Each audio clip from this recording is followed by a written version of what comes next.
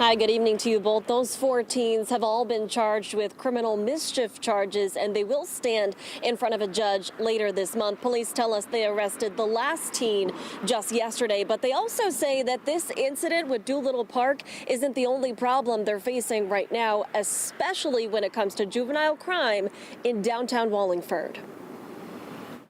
This is really the only park that I know in town. Amy Gaster and her little one come here to Doolittle Park whenever they can, but they had a few-month hiatus of not visiting after there were fires here in October. Well, I wasn't surprised because I was hearing that there was kids hanging out here a lot at night. So overall, we've been to that park numerous times for juvenile complaints. 4 teen boys from Wallingford between the ages of 15 and 16 years old have been arrested and charged with criminal mischief. Sergeant Stephen Jakes says this follows a months-long investigation, starting with police getting called to Doolittle Park on October 29th of 2022. We located the playground on fire. A nearby porta potty was on fire, and we discovered that there was also a fire set in the basketball court that was nearby. The fire marshal later determined the fires were intentionally set. It ended in an entire play set being burned to the ground, and it'll cost the town $69,000 to repair. But Sergeant Jake says the damage being done spans far beyond this park,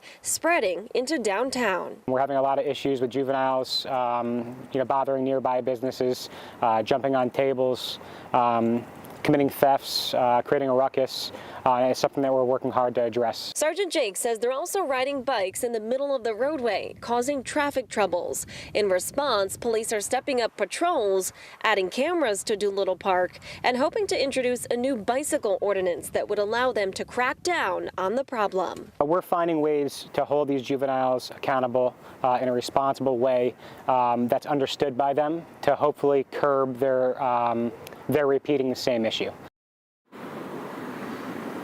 Now tonight the town council is meeting and they will be deciding on whether or not they want to provide that funding, that $69,000 to replace that playscape that the teens allegedly burned down. Now the mayor tells us that he does not believe there will be any opposition to providing that funding. Now coming up at 6 o'clock, we told you we have been speaking with local business owners who have been dealing with this problem here downtown. We'll hear from one of those owners coming up.